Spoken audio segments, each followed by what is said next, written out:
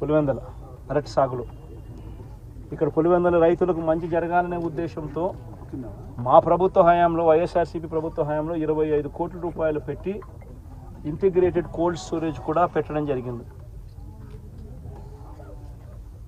మా ప్రభుత్వం ఎలక్షన్లకు పోక మునిపే దాన్ని ప్రారంభించడం కూడా జరిగింది.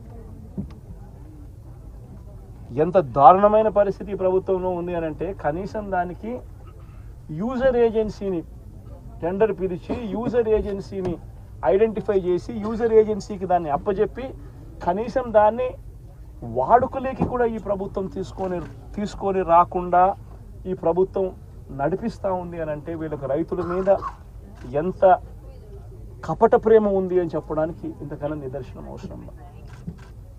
అక్కడే కన్నా యూజర్ ఏజెన్సీని కన్నా ఇచ్చి ఉండింటే 500 మెట్రిక్ టన్నులకు సంబంధించిన సామర్థ్యం ఆ కోల్డ్ స్టోరేజ్లో ఉంది కాబట్టి యూజర్ ఏజెన్సీని కన్నా పెట్టి ఉండింటే ఆ యూజర్ ఏజెన్సీ అరటికి సంబంధించిన కొనుగోలు చేసేవాడు. వీళ్ళు రైతన్నలు ఆ యూజర్ ఏజెన్సీ అక్కడ పనిచేస్తూ ఉంది కాబట్టి వీళ్ళైనా కూడా అక్కడ పెట్టుకునే పరిస్థితి ఉండేది. మా ప్రభుత్వ హయాంలో ఏ రకంగా ఎక్స్పోర్ట్ చేసినాము 2 కంటైనర్లను పెట్టి అరటికి సంబంధించి అవి ఇంకా ప్రోత్సహించబడేటివి. ఈరోజు చూస్తే ఎంత దారుణమైన పరిస్థితి అని అంటే, ఒకవైపున రైతుల పరిస్థితి ఈ వర్షాల వల్ల, ఈ గాలుల వల్ల ఇటువంటి దారుణమైన పరిస్థితి ఒకవైపున ఉంటే, మరోవైపున రేటు చూస్తామా అంటే నెల కిందట 26,000 పలికిన రేటు ఈరోజు 9,000 రూపాయలు పడిపోయిన పరిస్థితులు చూస్తూ ఉన్నాం. 9,000 కూడా కాదు, ఇంకా 9,000 కూడా కాదు సార్, ఇంకా తక్కువ అంటున్నారు. వ్యాపారస్తులు ఎంత అంటే బండి పంపడు సార్. ఈరోజు 9,000 కాదు 6,000 అని చెప్తున్నారు రైతులందరూ. ధర పడిపోయిన పరిస్థితులు కనిపిస్తూ ఉన్నాయి. మరి రాష్ట్ర ప్రభుత్వం అన్నది రైతును ఎక్కడ పట్టించుకుంటా ఉంది అని అడుగుతా ఉన్నా. ఇట్లా మిర్చి పంట అయినా అదే పరిస్థితి, ధాన్యం కొనుగోలైనా అదే పరిస్థితి. 300 నుంచి 400 రూపాయలు పర్ టన్ను రైతు నష్టపోయిన పరిస్థితి. మిర్చికి 11,800 రూపాయలు కొనుగోలు చేస్తామన్నారు. ఇంతవరకు 1 కేజీ కొనుగోలు చేయాలి ఒక రైతు దగ్గర నుంచి. పెసర పరిస్థితి అదే, శనగల పరిస్థితి అంతే, మినుముల పరిస్థితి అంతే, కందుల పరిస్థితి అంతే.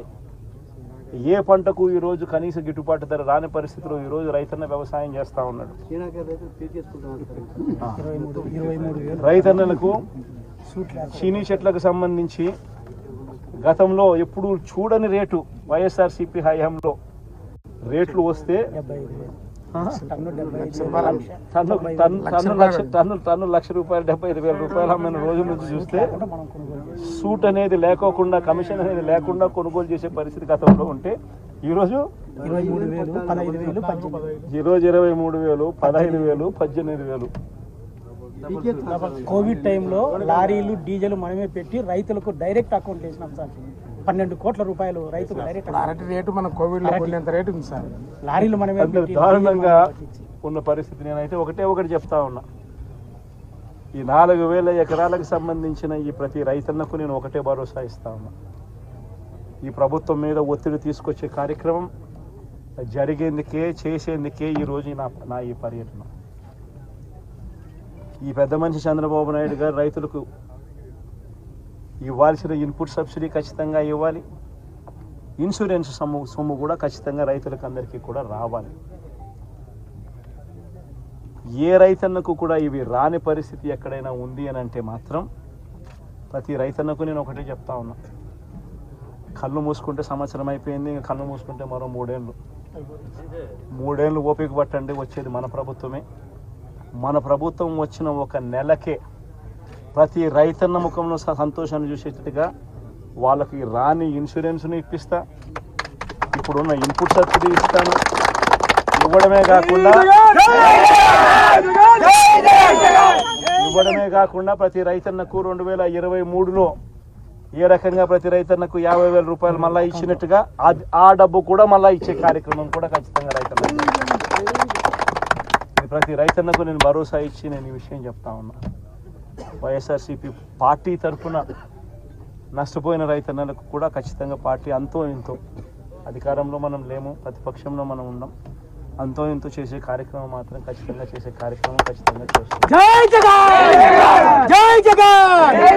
అది రాబోయే రోజుల్లో అవినాష్తో నేను మాట్లాడుకొని అవినాష్ ప్రతి రైతుకు మేలు జరిగేట్టుగా, ఎంతో కొంత మేలు జరిగేట్టుగా అవినాష్ ద్వారా అది చేయించే కార్యక్రమం కూడా చేస్తాం.